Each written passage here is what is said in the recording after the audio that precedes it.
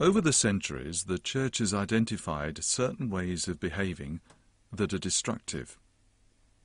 There are things that we all do which not only diminish others, but which harm us in the process.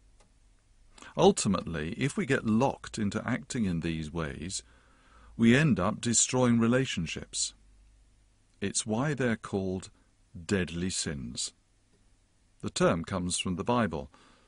The first letter of St. John speaks of the sin that is deadly. Traditionally, there are 7 deadly sins. Pride has always been considered the first and the worst sin.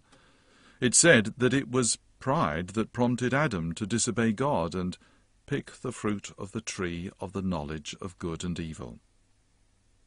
There's a good side to pride, for example, taking pride in one's appearance.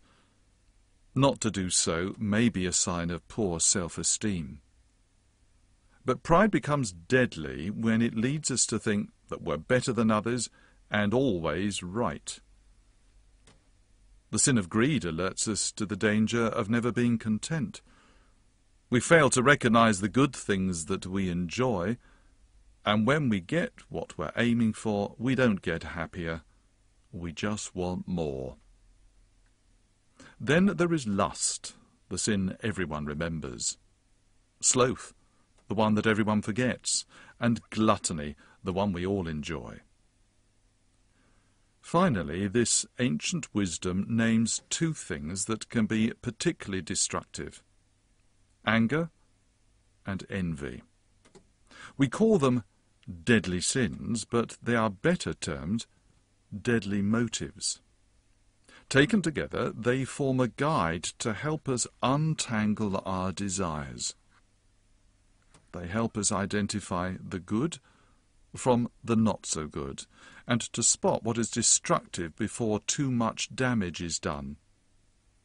Why do we do the things that we do? What is driving us? These are questions we each need to wrestle with if we're to grow in personal integrity and live transparently. Life is complex, and we all have mixed motives. Our loving, even in the best of us, can be shot through with selfishness. It's why Jesus taught his disciples, "Blessed are the pure in heart, for they shall see God." When we pray for purity of heart, we allow God access to our inner conflicts so that he can sort us out. The struggle's lifelong. In the words of St. Paul, "For now we see in a mirror dimly, but then we will see face to face."